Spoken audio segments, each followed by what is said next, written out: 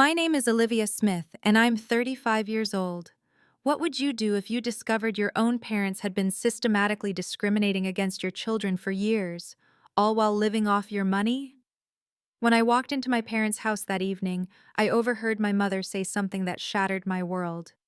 Sarah's kids eat first, and Olivia's get the scraps. My 7-year-old daughter and 5-year-old son were hunched in the corner, staring at empty plates while their cousins feasted. 8 years of paying my family's bills, and this was how they treated my babies. Before we dive into what happened next, please take a moment to like and subscribe, but only if you genuinely connect with this story.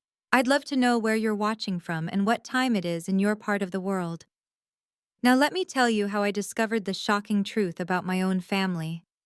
It was a Thursday evening in October when everything changed. I'd just returned from a 2-week business trip to Singapore, another exhausting stretch of meetings and negotiations that kept me away from my children. As chief financial officer of a tech company, these trips were part of my life, but I always rushed home to Emma and Liam as soon as I could. Marcus, my husband, had suggested we stop by my parents' house for dinner before heading home. The kids missed their grandparents, he said, though something in his voice seemed off. I should have paid more attention to that hesitation. We arrived at 6:30, right in the middle of dinner time. The familiar smell of my mother's pot roast filled the air as we walked through the front door. But something felt wrong immediately. The usual chaos of family dinner was there. Laughter, clattering dishes, my sister Sarah's loud voice dominating the conversation, but my children weren't part of it. I found them in the corner of the dining room, sitting at a small folding table I'd never seen before. Their plates were empty, completely empty. Meanwhile, at the main dining table, Sarah's 3 kids were enjoying heaping portions of food, with my parents and Sarah fussing over them, making sure they had enough of everything. "Emma, sweetheart, what's going on?" I whispered, kneeling beside my daughter. Her small voice broke through the noise. "Mommy, we're waiting for our turn." "Your turn?" "After cousins finish eating, we get food," Liam added quietly, his 5-year-old eyes focused on his empty plate. My heart stopped. I looked at Marcus, who avoided my gaze. He knew. He'd known. And he'd brought me here to see it for myself. The question was, how long had this been happening? "How long has this been going on?" I asked Emma, trying to keep my voice steady. "Since summer," she whispered. "When you go on trips?" My mind raced. Summer. 3 months. 3 months of my children being treated like second-class citizens in their grandparents' home. I stood up slowly, my legs shaking with rage I was fighting to control. "Mom," I called out, my voice cutting through the dinner conversation. "Why are my children sitting separately?" My mother, Linda, barely glanced over. "Oh, Olivia, you're back. The children need to learn patience. We have a system now." "A system?" Sarah turned in her chair, her perfectly styled blonde hair catching the light. "It's simple organization, Liv. My kids have activities after dinner. They need to eat first." "And my kids?" "They eat after," my father Robert said matter-of-factly, not even looking up from his plate. "There's always plenty left." Leftovers. They were feeding my children leftovers while their cousins ate fresh food. I watched as Sarah's oldest, Tyler, pushed away a barely touched plate of mashed potatoes, food that would probably end up being my children's dinner. "This isn't the first time, is it?" I said, the pieces falling into place. Emma's lost weight over the summer. Liam's reluctance to visit Grandma and Grandpa. Marcus's strange behavior these past weeks. "Every time you travel," Marcus finally spoke up, his voice tight with controlled anger. "I tried to tell you, but you said I was imagining things. So tonight I wanted you to see it yourself." The room had gone quiet. Sarah smirked. My parents looked annoyed at the interruption, and my babies sat there, still waiting for permission to eat. Something inside me shifted. A fundamental breaking point I didn't know existed until that moment. "Emma, Liam, Come here, I said, holding out my hands. They scrambled up immediately, relief visible on their faces. Olivia, don't be dramatic, my mother sighed. They're fine. Children nowadays are too soft anyway. Too soft? I repeated, incredulous. They're 7 and 5 years old, Mom. Sarah laughed. Actually laughed. Oh, please, Liv. Stop babying them. Some families are just different. They need to understand hierarchy. Hierarchy? The word tasted bitter. What hierarchy, Sarah? You know what I mean, she said, waving her manicured hand dismissively. My kids are in advanced programs, heading to elite schools. Yours are, well, they're yours. The implication hung heavy in the air. I looked at my children, Emma with her beautiful brown eyes, Liam with his gorgeous curly hair, and understood exactly what Sarah meant, what they all meant. Because they're mixed?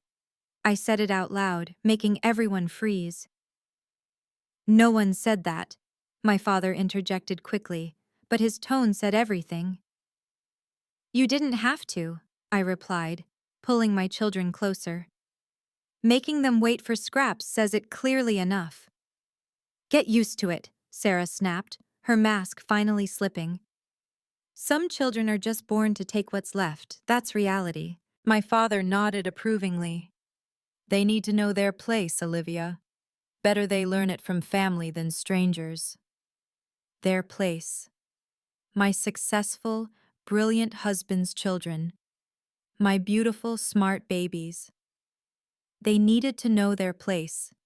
In the corner, waiting for scraps, because their skin was a shade darker than their cousins. I didn't explode.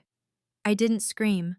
I simply looked at each of them, these people I'd called family, and made a decision that would change everything. Then Sarah said something that changed everything, something that revealed exactly how deep this poison ran. You want to know the truth, Olivia? Sarah stood up, her voice rising. Your kids were born to take what's left. Mixed children don't belong at the main table. They never have and they never will. The words hit like physical blows. Emma pressed her face into my side, and I felt her small body trembling. Liam grabbed my hand so tight it hurt. Sarah! My mother's rebuke wasn't for the sentiment. It was for saying it out loud. What? We're all thinking it, Sarah continued, emboldened. Look at them. They don't look like us. They don't act like us. They're different, and difference has consequences. Their father is a software engineer at Microsoft, I said quietly. He makes more than your husband. Money doesn't change blood, my father said firmly. Pure bloodlines matter, Olivia. You chose to dilute ours. Dilute. Like my children were some kind of contamination. And you all agree with this? I looked around the room. My mother avoided my eyes. My father stood straighter, defiant. Sarah smirked. Even Sarah's children watched with curious interest, already learning these lessons of superiority. It's not about agreeing, my mother finally said. It's about what's practical. Sarah's children have opportunities. They need proper nutrition for their activities. And mine don't? Yours need to learn humility, she replied. The world won't be kind to them. We're doing them a favor. A favor.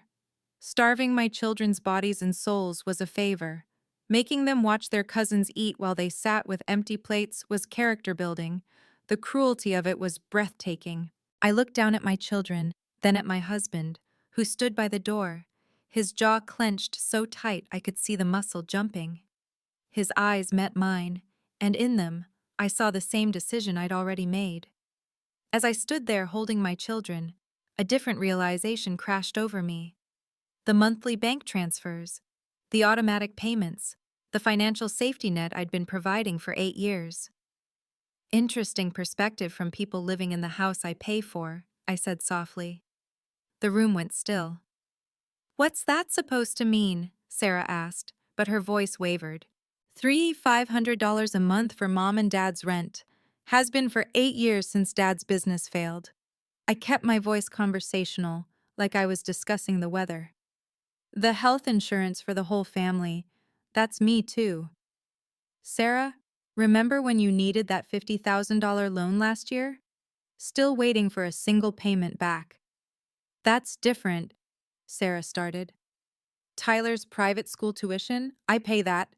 Madison's dance classes, Jacob's hockey league, all me. Mom's diabetes medication that insurance doesn't fully cover, I handle that too. My mother's face had gone pale. Olivia, that's family helping family. Is it? I pulled out my phone, opening my banking app.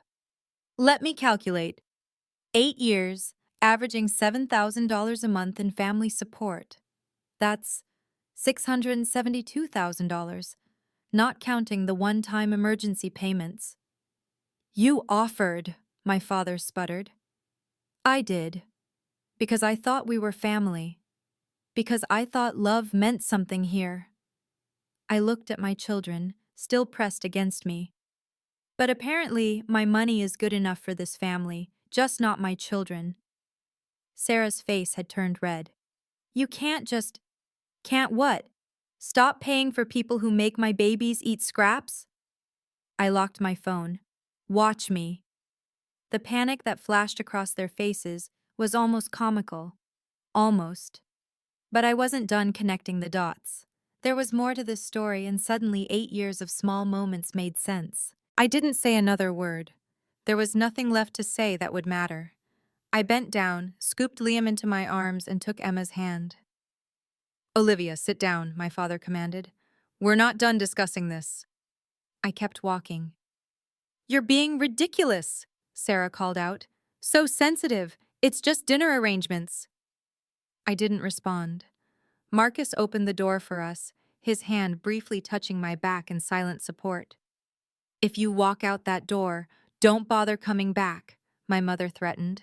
Still, I said nothing. Emma looked up at me, tears in her eyes, and I gave her a small smile. We kept walking. Think about what you're doing, Sarah rushed after us. You're going to destroy this family over your pride? I settled Liam into his car seat, helped Emma with her buckle. Marcus started the engine. Through it all, I maintained my silence, even as my phone began buzzing with texts.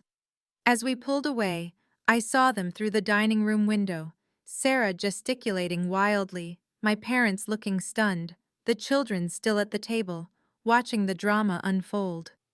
But there was one face that stood out. My brother David, who'd been quiet in the corner the entire time. He was holding his phone, and the look he gave me through the window was one of understanding.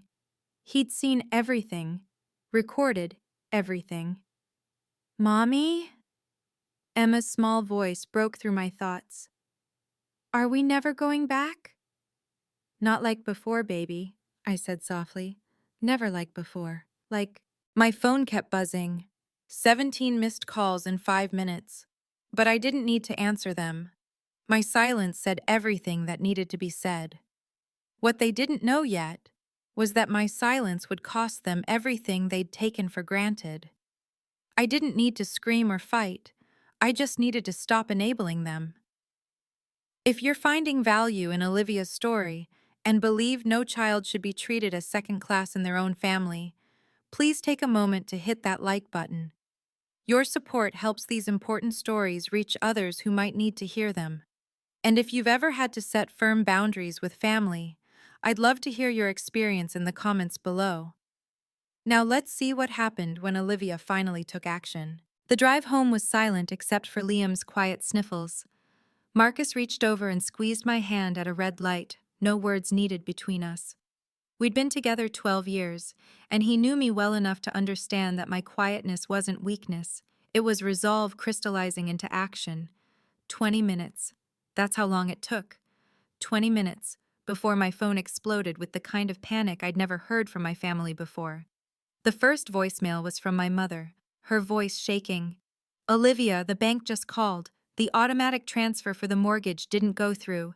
There must be some mistake. Call me back immediately. The second was from Sarah, less composed. What did you do? Mom's freaking out about the mortgage. The third from my father, angry but with an edge of fear. Olivia Marie Smith, you answer this phone right now. This is not how family behaves. Marcus glanced at me. You already canceled everything? The moment I saw my babies at that folding table, I confirmed. Mobile banking is remarkably efficient. The health insurance too? Everything. Rent, insurance, credit cards I was backing, the investment account for Sarah's kids' college. Everything. He whistled low. They're going to lose the house. They have 30 days to figure it out. That's more notice than they gave our children about their new place in the family. Emma had been listening. Mommy, are Grandma and Grandpa going to be okay? I turned to look at my daughter, my beautiful, kind daughter, who was worried about the people who'd just humiliated her. They'll have to make some changes, sweetheart, but that's not your responsibility. My phone rang again. This time, it was David, my younger brother, the lawyer, the quiet one who'd watched everything unfold. I answered. Don't hang up, David said immediately. I'm not calling to convince you to change your mind. Then why are you calling? To tell you I recorded everything, the whole dinner conversation. I've been documenting this for months, waiting for you to see it yourself. I pulled into our driveway, my hand frozen on the gear shift. You knew? I've watched it happen every time you traveled. I tried to hint, but... He paused. You needed to see it yourself. And Olivia, I'm proud of you for walking away. Before I could respond, call waiting beeped. Sarah. I have to go, David, but thank you. I switched calls, putting it on speaker so Marcus could hear. How dare you, Sarah screamed. Mom's having a panic attack. The bank says they'll foreclose if we miss next month's payment. That's unfortunate, I said calmly, helping Liam out of his car seat. Unfortunate? You're destroying our lives over one dinner? One dinner? I laughed, but there was no humor in it. Sarah, you just told my children they were born to take leftovers, that they don't deserve to eat at the same table as your kids because they're mixed race. I didn't mean... You meant every word. Dad called my children a dilution of the bloodline. Mom said they needed to learn their place. You all meant it. But the house, my kids' school, Mom's medication. Interesting how quickly it becomes about money, Marcus observed quietly. There's a solution, I said. You could get a job. Mom and Dad could downsize. You could pay for your own children's education. You vindictive... I hung up. Within seconds, the phone rang again. This time, it was a text from my mother. The insurance company says our coverage ends at midnight. Your father's heart medication costs $400 a month without it. Please. An hour later, after I'd fed my children a proper dinner and tucked them into bed with extra hugs and reassurances, Sarah called again. This time, her voice was different. Sweet, conciliatory, fake.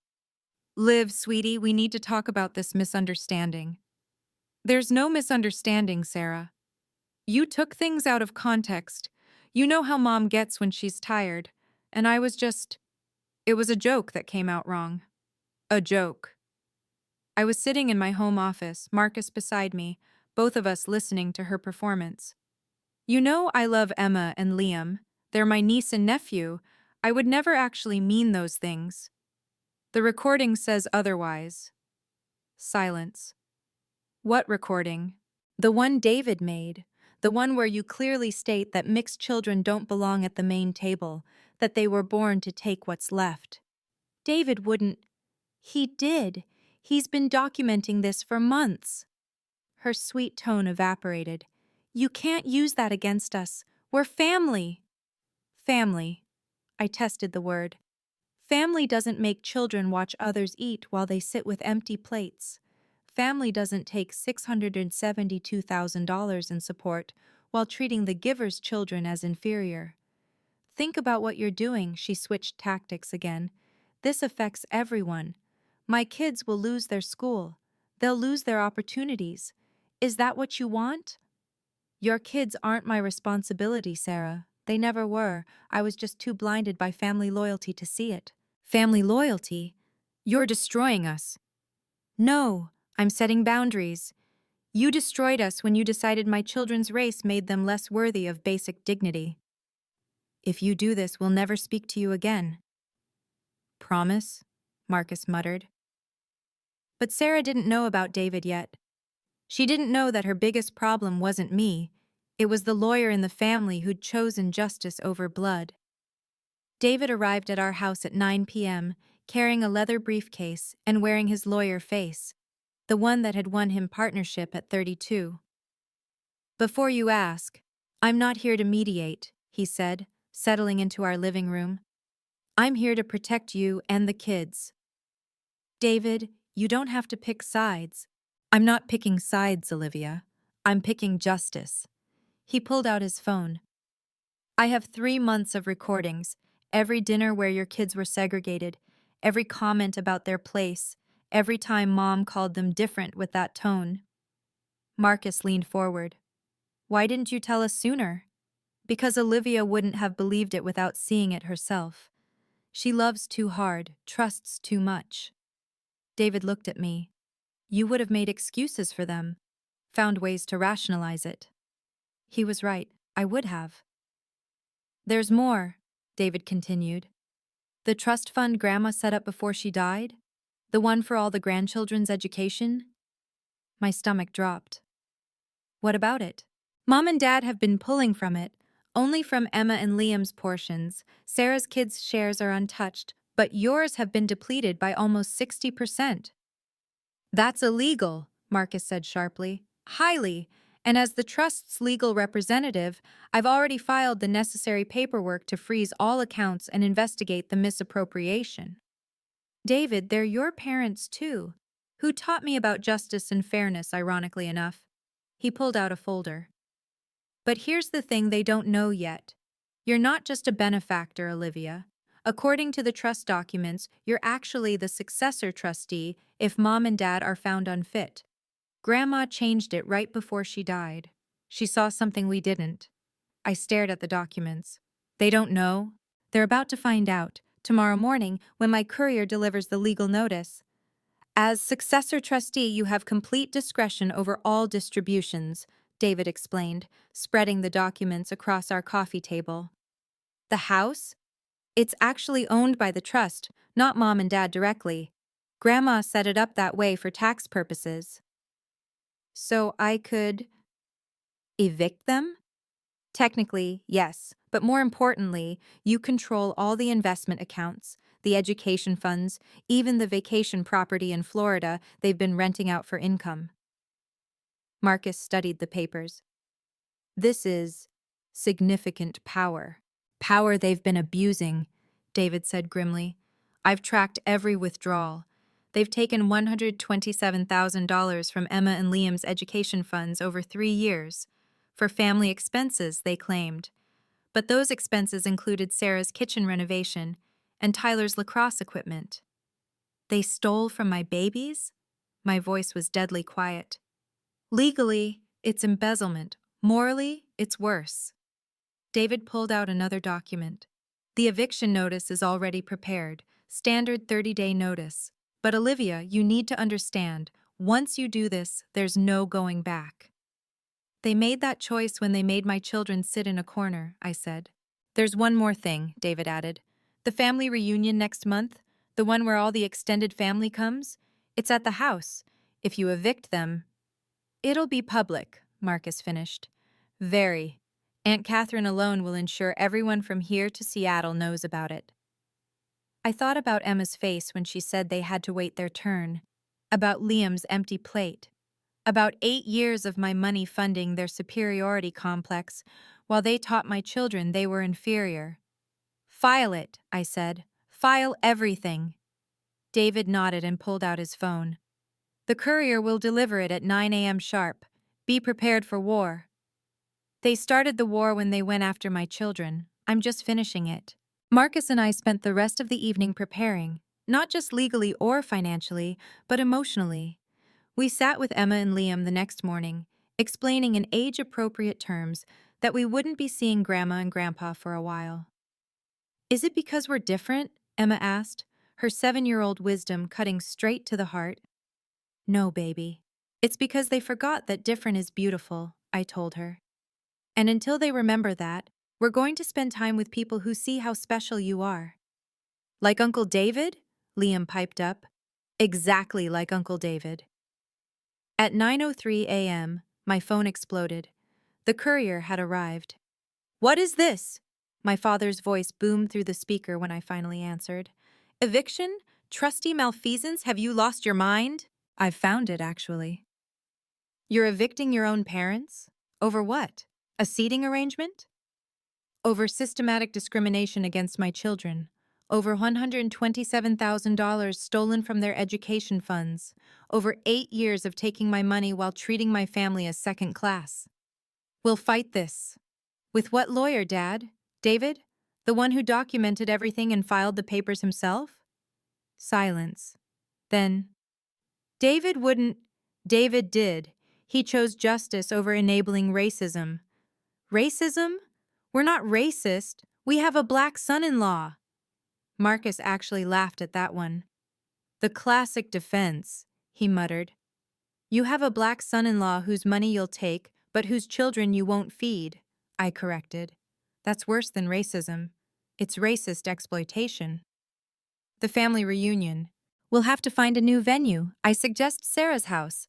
Oh, wait, she doesn't have one because she's been living off my support too. The call ended with cursing I won't repeat. But I knew this was just the beginning. The real confrontation would come when they realized the full extent of what they'd lost. 3 days later, they called a family meeting. David warned me they would try this. One last attempt to manipulate the situation with an audience. The location was neutral. Aunt Catherine's house. The audience, every available family member within driving distance. I walked in with David beside me, Marcus choosing to stay home with the kids. The room was packed. My parents sat at the head of the table like wronged monarchs. Sarah had clearly been crying, her mascara smudged despite attempted repairs. Now she shows up, Sarah muttered. Olivia, Aunt Catherine began, clearly appointed as mediator. This has gotten out of hand. Evicting your parents? Over a family squabble? Is that what they told you? A squabble? I remained standing. Did they mention the part where they made my children eat leftovers while Sarah's kids got fresh food? Where they said my mixed-race children need to know their place? Gasps around the room. Apparently that detail had been omitted. That's an exaggeration, my mother said quickly. Is it? David pulled out his phone. Should I play the recording? Recording? Uncle Pete leaned forward. You recorded your own family? I documented discrimination against children, my niece and nephew. David's voice was steel. Would you like to hear it? The room tensed. My parents exchanged panicked looks. Sarah went pale. This is ridiculous, my father blustered. We're family. Family doesn't steal $127,000 from children's education funds, I interrupted. Family doesn't take $672,000 in support while treating the giver's children as inferior. 600. Aunt Catherine's voice trailed off. Shall I itemize it? I pulled out my phone. 8 years of rent, health insurance, loans never repaid, tuition, medical bills. You offered, Sarah shrieked, while you made my babies sit in a corner like dogs waiting for scraps. The room erupted. Everyone calm down, Aunt Catherine commanded, but David was already connecting his phone to her smart TV. No, they need to hear this, he said. The recording began. The room fell silent as Sarah's voice filled the space. Your kids were born to take what's left. Mixed children don't belong at the main table. They never have, and they never will. My mother's voice followed. They need to learn humility. The world won't be kind to them. Then my father. Pure bloodlines matter, Olivia. You chose to dilute ours. The recording continued for 3 excruciating minutes. Every horrible word, every casual cruelty broadcast to the extended family. Aunt Catherine's hand covered her mouth. Uncle Pete stood up and walked out. Cousin Marie started crying. Turn it off, my mother whispered. There's more, David said coldly. 3 months' worth. Would you like to hear the one where you called Emma and Liam unfortunate mistakes? Or when Sarah said they'd never amount to anything because of their tainted genetics. Enough, my father roared. You're right, I said. It is enough. Enough of my money funding your racism. Enough of my children being traumatized by their own grandparents. Enough of pretending this is acceptable because we're family. Linda, Robert, is this true? Aunt Catherine's voice was ice. You said those things about children? It was taken out of context, my mother started. What context makes that acceptable? Cousin Marie demanded. They're babies, 7 and 5 years old. And they're beautiful, brilliant children, I added. Who deserve better than grandparents who see them as inferior because their father is black? Sarah tried one more time. You're destroying this family. No, Aunt Catherine said firmly. You destroyed it when you forgot that family means love, not bloodlines. The room divided visibly, most moving toward David and me, leaving my parents and Sarah increasingly isolated. The reality of their situation hit them all at once, right there in front of everyone. The house payment is due in 2 weeks, my mother said desperately. We'll be homeless. You have equity. Sell it. Downsize, I suggested calmly. Sarah's children will have to leave private school, she continued, looking around the room for sympathy. Public school is fine. Millions of children attend them, David noted. My diabetes medication, Medicare covers most of it. You'll need to budget for the rest. Sarah's phone rang. She answered, her face crumbling as she listened. The school. They say if next semester's tuition isn't paid by Monday, Tyler can't return after Christmas break. That's $18,000, she whispered, looking at me. You paid it last year without blinking. Last year, I didn't know you were teaching my children they were inferior while spending my money. Please, my father tried, his authoritarian mask finally cracking. We're sorry, we didn't mean… You meant every word, I cut him off. You just never expected consequences. Aunt Catherine stood up. I think we've heard enough. Robert, Linda, Sarah, you should be ashamed. Those babies never did anything but love you. And Olivia, Uncle Pete had returned. If you need anything, anything at all for those kids, you call us. Real family supports each other. The exodus began. One by one, family members left, many stopping to squeeze my shoulder or whisper support. Soon, it was just my parents, Sarah, David, and me. You've turned everyone against us, Sarah said bitterly. No, your own words did that, David replied. Olivia just stopped protecting you from the consequences. My mother was crying now, real tears. What are we supposed to do? Figure it out, I said, standing to leave. The same way my children figured out how to sit quietly with empty plates while watching their cousins eat. Except you're adults. It should be easier for you. This story is resonating with so many of you, and I see your comments about similar experiences. If you believe that children should never be discriminated against by their own family, please share this video with someone who needs to hear it. And don't forget to subscribe and hit the notification bell so you don't miss the powerful conclusion. Let's continue with what happened next. Back at Aunt Catherine's house, David laid out the formal documents on the table. The family meeting had reconvened with a smaller, more serious group. Just my parents, Sarah, David, myself, and Aunt Catherine as witness. As successor trustee of the Margaret Smith Family Trust, David read formally, Olivia Smith has full authority over all trust assets and distributions. He slid the papers across the table. My parents' hands shook as they read. The house at 4827 Maple Avenue, currently valued at $750,000, is owned by the trust. You have 30 days to vacate. 30 days? My father's voice cracked.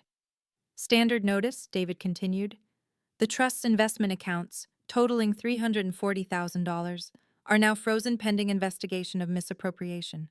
The education funds for Tyler, Madison, and Jacob Miller, previously funded through the trust, are terminated effective immediately. Sarah made a choking sound. That's their future. The future you said my children didn't deserve?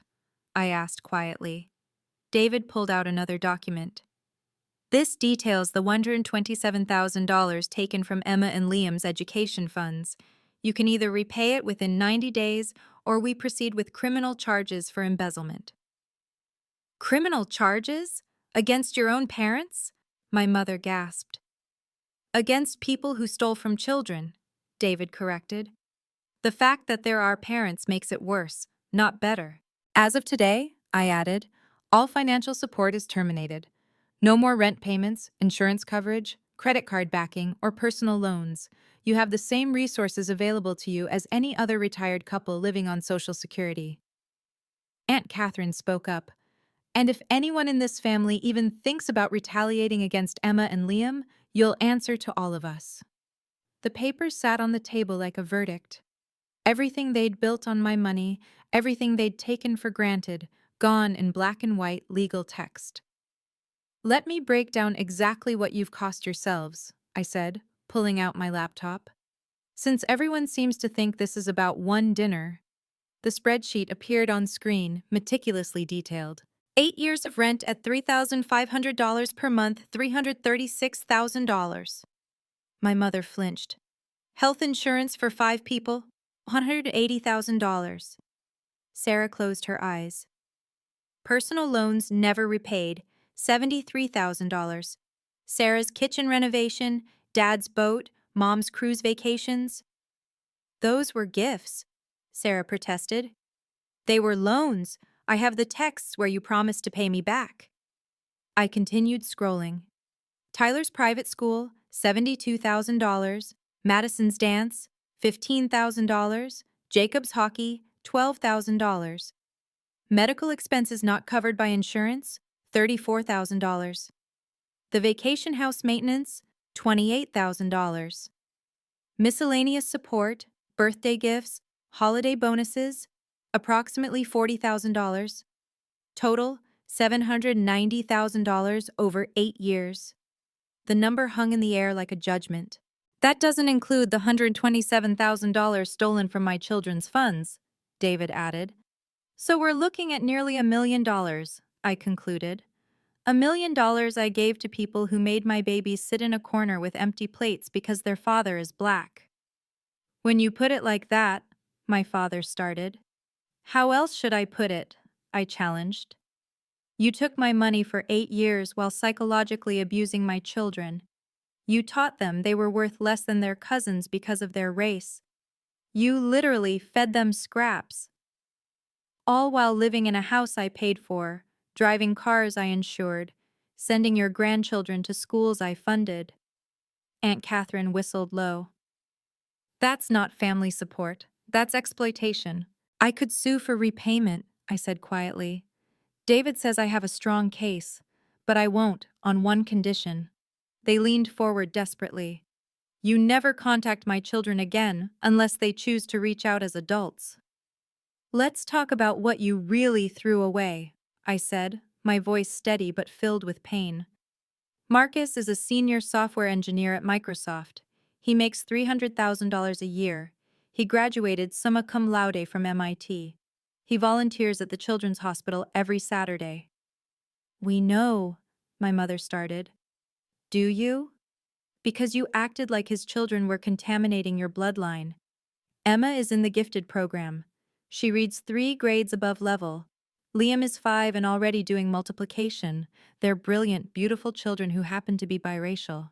But all you saw was their skin color, their different hair, their unfortunate genetics. Sarah shifted uncomfortably. We never said. I have recordings, David reminded her. You want to know the irony? I continued. Marcus's family welcomed me completely. His Nigerian parents, who immigrated here with nothing, who built successful businesses from scratch, they never once made me feel less than because I'm white. They never made our children choose between cultures. But you, with your pure bloodlines talk, living off the success of your mixed-race son-in-law's wife, you made those babies feel worthless. They'll spend years in therapy undoing what you did to them in 3 months, Marcus had asked me to say this. Years learning that they deserve to eat at anyone's table, that they're not born to take leftovers. Aunt Catherine spoke up. My husband was Korean. Our children are mixed. If anyone had said this about them, she shook her head, I'd have done worse than evict them. The saddest part? I stood up.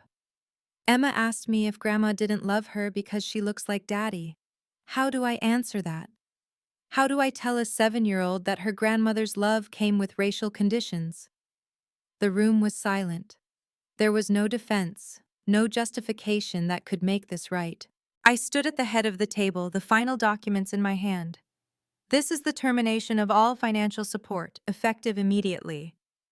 My signature went on the paper with deliberate strokes. This isn't about revenge, I said, looking each of them in the eye. It's about protecting my children from people who would damage their sense of self-worth. We can change, my mother pleaded. Give us another chance. You had 8 years of chances. Every month when I sent money, that was a chance. Every family dinner where you could have treated them equally, that was a chance. David notarized the documents. It's done. The trust will be restructured with Olivia as sole trustee. Emma and Liam's education funds will be restored through aggressive investment management. What about us? Sarah asked desperately. Where will we live? That's no longer my concern. You might try getting a job. I hear they're hiring at the Amazon warehouse. No experience necessary. This is cruel, my father said. Cruel. I laughed bitterly. Cruel is making a 5-year-old watch other children eat while his stomach growls. Cruel is telling a 7-year-old she's inferior because of her skin color. What I'm doing is justice. I pulled out one last document. This is a college fund I'm establishing for Emma and Liam. The $1 million I would have spent on you over the next decade will go to their education instead. They'll go to any school they can get into, Harvard, MIT, wherever their brilliance takes them. And they'll know they deserve to be there, not in the corner, not waiting for scraps, but at the head of the table. Aunt Catherine stood and applauded. It's about time someone in this family stood up for those babies. I gathered my papers. My lawyer will handle any further communication. Goodbye. The dominoes fell quickly after that meeting. Within a week, Sarah's husband James called me. I just found out what happened. All of it. Olivia, I'm filing for divorce. I won't have my kids raised by someone who thinks that way about other children. 2 weeks later, my parents received their first eviction notice. They tried to fight it, hired a lawyer with their savings, only to discover David had documented everything perfectly. The trust ownership was ironclad. Sarah had to pull Tyler from private school mid-semester. The humiliation of explaining why to the other parents spread through their social circle like wildfire. Madison's dance academy, where Sarah had bragged about being a patron, suddenly knew exactly why the payment stopped. The whole neighborhood knows, Cousin Marie told me. Someone leaked the recording to the neighborhood Facebook group. Your parents can't even go to the grocery store without people whispering. My father tried to get his old business contacts to help, but word had spread there too. Nobody wants to be associated with racists, one former partner told him bluntly. Especially racists who stole from their own grandchildren. The family reunion was relocated to Uncle Pete's house. My parents and Sarah weren't invited. We don't want that poison near our children, Aunt Catherine explained to anyone who asked. 3 months in, my mother applied for a job at Target. She was 60 years old, hadn't worked in 15 years, and had to list my father as her only reference. She didn't get the job. Sarah did get hired at the Amazon warehouse. She lasted 2 weeks before the physical demands made her quit. I wasn't raised for this kind of work, she complained to anyone who'd listen. But the real consequence was the complete loss of their social standing. They went from being the respected elder statesmen of the family to pariahs, all because they couldn't see past skin color. I established new rules, clear boundaries that would protect my children going forward. No contact for 6 months minimum, I told David, who agreed to serve as intermediary if necessary. After that, only if they complete racial bias counseling and provide proof. They must write individual letters of apology to Emma and Liam, age-appropriate ones that I will review before the children ever see them. Any future contact happens in public spaces only, with Marcus or me present at all times. The moment they say anything that diminishes my children's worth, it's permanent no contact. Marcus and I also made positive changes. We enrolled the kids in a diverse private school where multiculturalism was celebrated. Emma joined a reading club with children from 12 different ethnic backgrounds. Liam started soccer with a coach who made sure every child felt valued. "We're building them a new village," Marcus said one evening as we watched them play with their new friends. "One that sees their full worth." David became an even more present uncle, taking them to museums, teaching them about their legal rights, showing them that family could mean unconditional support. "They need to know that standing up for yourself isn't wrong," he told me, "even when it's against family. Especially then." We also connected more with Marcus's family. His parents flew in from Atlanta, showering the children with the love and acceptance they'd been denied. "In Igbo culture," Marcus's mother told them, "children are treasures. All children. You are our treasures." The contrast was stark. Where my parents had seen contamination, Marcus's family saw blessing. Where Sarah had seen inferior beings, they saw brilliant futures. "Mommy," Emma said one day, "I don't miss Grandma and Grandpa. Is that bad?" "No, sweetheart, you miss the grandparents you deserve to have, not the ones you actually had. That's perfectly okay." 3 months after the confrontation, David brought me an update on their situation. We met at a coffee shop while Marcus took the kids to the park. They didn't need to hear this. "They're living in a 2-bedroom apartment in Renton," he reported. "Dad had to sell his boat and Mom's jewelry to make the deposit." "Sarah?" "Moved in with them. James got the house in the divorce settlement. She's working at a call center now, making $15 an hour." I stirred my coffee, waiting for the satisfaction that didn't come. "Are they managing?" "Barely. Food banks, Medicaid, social services, everything they use to judge other people for needing." The irony isn't lost on me. "There's more," David said carefully. "Mom's been calling extended family, trying to borrow money, telling them you're cruel, that you're keeping their grandchildren from them out of spite." And? Nobody's buying it. Aunt Catherine sent her a link to racial bias training and told her to call back after she completed it. We sat in silence for a moment. "They still don't get it," David continued. "Dad told Uncle Pete that you overreacted to a simple family tradition. Mom insists they were trying to teach the kids patience." "And Sarah?" "Sarah's the worst. She's telling everyone that you destroyed her children's future over a misunderstanding. She claims the recording was edited, taken out of context, even though multiple people heard it live." Denial is powerful. David pulled out his phone. "But karma isn't done. Tyler wrote a school essay about family. Want to guess what he wrote?" I shook my head. "He wrote about how his mother taught him that some cousins were worth less than others because of their skin. His teacher was so concerned, she called child services for a welfare check. Sometimes the universe delivers justice in unexpected ways." 6 months after that horrible dinner, my children had transformed. Emma stood taller. She raised her hand in class without hesitation. Her teacher pulled me aside at pickup. "Whatever you've done, keep doing it." She's like a different child. Confident, engaged, brilliant. She'd started writing stories about a brave princess with curly hair and brown skin who saved kingdoms with her intelligence. "She looks like me, Mommy," Emma explained.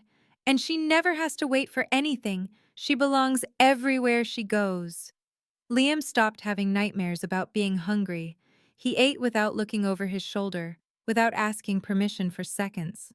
His appetite returned fully, and with it, his infectious laugh that had been missing for months. "Daddy's mommy says I'm perfect," he told me one day after a video call with Marcus's parents. "Just exactly perfect how I am." Marcus had taken them to his company's family day. They met other mixed-race children, saw successful people who looked like them. "Did you know Daddy's boss is like us?" Emma asked excitedly. "She has a white mom and black dad too." We created new traditions. Sunday dinners where everyone sat at the same table, ate the same food at the same time. No corners, no folding tables, no waiting for turns. Family meeting became our weekly check-in, where both kids could share anything bothering them. They learned their voices mattered, Their feelings were valid, their needs were important. The therapy helped too. Dr. Martinez, herself biracial, helped them process the rejection in age-appropriate ways. They're learning that other people's limitations aren't their burden to carry, she told us. Most importantly, they learned about chosen family. Uncle David, Aunt Catherine, Marcus's family, our friends, all showing them that love doesn't require blood and blood doesn't guarantee love. The story spread beyond our family, becoming something bigger than I'd ever imagined. David started a pro bono practice helping other families dealing with similar discrimination. You'd be shocked how common this is, he told me. Grandparents with preferences, inheritances with racial conditions, family trusts that mysteriously skip certain grandchildren. A local parenting group invited me to speak about setting boundaries with toxic family members. The room was packed. How do you choose your children over your parents? One woman asked, tears streaming down her face. You don't choose, I answered. The moment they hurt your children, they make the choice for you. You just enforce it. The recording David made ended up being used in a law school ethics class about family law and discrimination. Professor Williams contacted me. Your case perfectly illustrates how financial abuse often accompanies racial discrimination within families. Marcus's company started a support group for employees dealing with family racism. He became an unofficial counselor to other mixed-race families navigating similar situations. Even our kids' school implemented new policies about inclusive family events after hearing our story. No child should feel less than anywhere, especially not at family gatherings, the principal said. The ripple effects continued. 3 other families in our extended circle cut off racist relatives after seeing us do it. You showed us it was possible, one cousin told me. That we didn't have to accept it for the sake of family harmony. Aunt Catherine started a college fund for multiracial grandchildren whose families rejected them. If their blood relatives won't support them, their chosen family will, she declared. But perhaps the most powerful impact was the message it sent. That no amount of money, no family connection, no tradition was worth more than a child's dignity and self-worth. That sometimes protecting your children means walking away from those who should love them most. 1 year after the incident, a letter arrived. My mother's handwriting, shaky but familiar, addressed to me alone, not Marcus, not the children. David brought it over, having screened it first as we'd agreed. It's different, he said carefully. The letter was 3 pages of small, cramped writing. She admitted to the discrimination, finally using the word racism instead of dancing around it. She acknowledged the hurt they'd caused, the damage to Emma and Liam's self-worth. I see them everywhere, she wrote. In every mixed-race child at the store, in every biracial family at the park. I see what we threw away for an ugly belief that makes no sense now. She described their current life, the small apartment, the food stamps, the loneliness. But more than that, she described the internal reckoning. Your father still won't admit it, and Sarah remains bitter. But I know. We destroyed our family over hatred we dressed up as tradition. She'd enrolled in an online racial bias course, attached the certificate. She'd been volunteering at a community center that served primarily immigrant families. I'm learning, she wrote. Too late, but I'm learning. The final paragraph was the most honest. I don't expect forgiveness. I don't deserve to see them. But please tell Emma and Liam that Grandma was wrong. They were never less than. They were always more than we deserved. What do you want to do? David asked. I sat with the letter for days. Marcus read it, said nothing, left the decision to me. The children didn't know it existed. Finally, I wrote back. 1 line. I'll tell them when they're older. If you've truly changed, you'll understand why not now. She never wrote again, but David confirmed she continued the volunteer work. Sometimes that's what accountability looks like, doing the work without the reward. 2 years passed before the next contact. This time it came through David with a different request. Mom's sick, he said simply. Cancer, stage 3. I felt nothing at first. then a complicated mix of emotions I couldn't name. "She's not asking to see you or the kids," he continued, "but she wanted you to know. And she has something for Emma and Liam." We met at David's office. My mother had aged a decade in 2 years. The chemotherapy had taken her hair, the poverty had taken her pride, but something in her eyes had changed. The hardness was gone. She pushed an envelope across the table. "It's not money," she said quickly. "I know that would be insulting." Inside were 2 letters, one addressed to each child, and a flash drive. "The letters are for when they're 18, she explained.